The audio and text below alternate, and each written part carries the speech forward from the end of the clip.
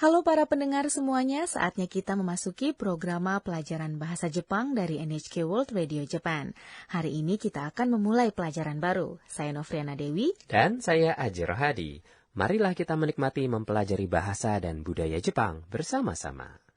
Tokoh utama dalam sandiwara kita adalah Anna, mahasiswi asing dari Thailand dan seorang penggemar berat komik manga. Anna sebelumnya masuk jurusan bahasa Jepang di sebuah universitas di Bangkok. Namun ia ingin belajar lebih dalam di Jepang, maka itu ia datang untuk belajar di sebuah universitas di Tokyo selama 1 tahun.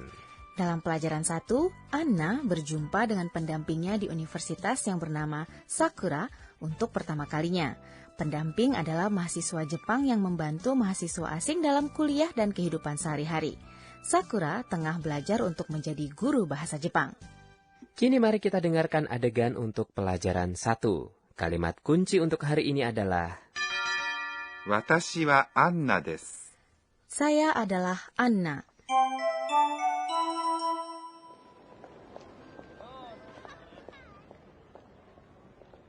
Hajimemashite. Watashi wa Anna desu.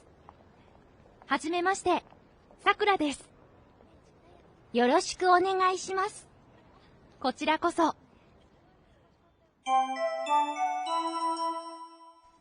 Nah, sekarang saya jelaskan sedikit mengenai adegan tadi. Anna mengatakan, Hajimemashite. ini adalah kata sapaan standar saat Anda berjumpa seseorang untuk pertama kalinya. Ungkapan ini tidak ada padanan yang pas dalam bahasa Indonesia, jadi dihafalkan saja ya. Saat seseorang mengatakan kepada Anda, Hajimemashite. Anda juga membalasnya dengan, Hajimemashite. Watashi wa Anna desu. saya adalah Anna. Ini adalah kalimat kunci hari ini. Watashi Adalah saya. wa Adalah partikel penanda topik. apa yang dimaksud dengan topik? Maksudnya adalah topik dari percakapan, yaitu apa yang Anda tengah perbincangkan. Topik bisa jadi adalah subjek kalimat, bisa juga bukan. Dalam kalimat ini, watashi, saya, adalah topik sekaligus subjeknya juga. Anna Adalah Anna. Saat Anda ingin mengatakan sesuatu seperti kata benda A adalah kata benda B, seperti misalnya, saya adalah Anna. Anda menambahkan kata desu. setelah B dan membentuk predikat. Jadi Anda mengatakannya A wa B des. Jadi saat saya memperkenalkan diri saya mengatakan Hajimemashite, watashi wa Aji desu. Iya kan? Betul sekali.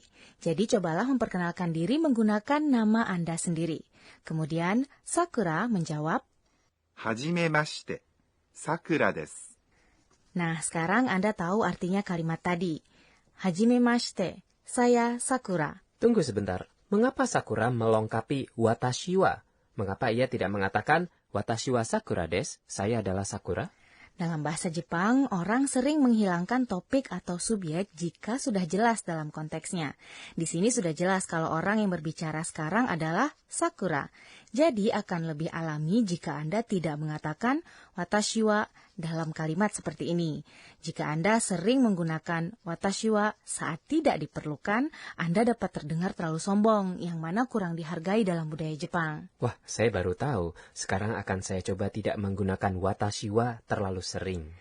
Nah, setelah itu kemudian Anna meneruskan, Yoroshiku onegai shimasu. Anda mengatakan, Yoroshiku onegai shimasu. saat Anda memperkenalkan diri kepada seseorang. Ini seperti senang berkenalan dengan Anda. Artinya secara harfiah adalah saya sangat menginginkan hubungan yang baik dengan Anda. Anda juga dapat mengatakan ini sebagai kata-kata penutup saat Anda meminta seseorang untuk melakukan sesuatu atau membantu Anda. Ini adalah ungkapan yang berguna, kita sering menggunakannya ya. Ya, mari kita berlatih mengatakannya secara perlahan. Yoroshiku onegai shimasu. Yoroshiku onegai shimasu. Lalu Sakura menjawab, Kochira koso. Kochira koso. berarti senang berjumpa dengan Anda juga. Atau secara lebih harfiah adalah harusnya saya yang merasa demikian.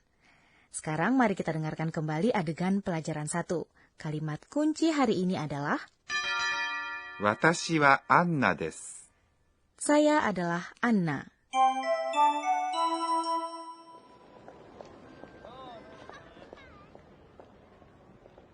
Hajimemashite. Watashi wa Anna desu. Hajimemashite. Sakura desu. Yoroshiku onegai shimasu. こちらこそ。Sekarang kita masuk ke pojok baru yang disebut Sensei Oshiete atau Ajari Kami Guru. Penyelia program ini, Profesor Akane Tokunaga, mengajarkan kami poin pelajaran hari ini. Beliau telah mengajar bahasa Jepang selama lebih dari 20 tahun. Hari ini Profesor Tokunaga akan mengajarkan mengenai sistem penulisan bahasa Jepang. Ia mengatakan, bahasa Jepang punya 3 jenis karakter, masing-masing memiliki perannya sendiri. Saat Anda menulis, watashi wa Anna desu, saya adalah Anna. Kata benda bagi saya, watashi, ditulis dalam kanji. Wa, des, dan partikel-partikel lain yang menandakan fungsi gramatikal ditulis dalam hiragana. Kata kerja dan kata sifat ditulis dalam kanji dan hiragana yang dikombinasikan. Nama-nama asing dan kata-kata serapan seperti misalnya Anna ditulis dalam katakana. Hiragana dan katakana adalah simbol-simbol fonetik. Masing-masing memiliki 1 suku kata. Bahasa Jepang punya 5 bunyi vokal. A, I, U, E, O. A, I, U, E, O. Dan 9 bunyi konsonan. Dalam bahasa Jepang, 1 suku kata terbentuk dari bunyi vokal saja atau gabungan bunyi konsonan dan bunyi vokal. Selain itu ada juga suku kata. Cobalah untuk menulis nama Anda dalam bahasa Jepang dengan mengikuti daftar sistem penulisan dalam buku teks programa ini atau melalui laman internet programa ini. Demikian tadi pojok Sensei Oshiete atau Ajari Kami Guru. Sekarang saatnya untuk pojok kata tiruan bunyi. Aji, pernahkah mendengar kata onomatope? Misalnya, kukuruyuk untuk suara ayam berkokok dan lain-lain seperti itu kan? Ya, nah dalam bahasa Jepang, ayam berkokok dikatakan kokekokko. Kokekokko. ini adalah kata-kata yang mengandung bunyi yang mengingatkan orang akan bunyi, suara, atau perilaku tertentu. Bahasa Jepang dikatakan kaya akan kata-kata seperti itu. Suara-suara ini sering muncul dalam kartun dan manga. Ya, nah jadi dalam program ini kami menampilkan beragam jenis kata-kata seperti itu. Kata yang dibahas hari ini adalah untuk suara berikut. Bagaimana kita menggambarkan suara ini dalam bahasa Jepang? Suaranya seperti orang memukul gendang Jepang. Ini adalah suara mengetuk suatu alat musik perkusi Jepang, yaitu sebuah gendang Jepang yang dipanggul di pundak. Kata tiruan bunyinya untuk benda ini adalah pom. Oh, begitu. Pom. Digunakan dalam berbagai cara. Suara saat saya menepuk Aji di pundak adalah pong. Juga berondong jagung meletus dengan suara pong. Wah, menarik ya. Mari kita mempelajarinya lagi dan menggunakannya. Dan demikian tadi pojok kata tiruan bunyi kami. Hari ini kami memperkenalkan kata tiruan pom.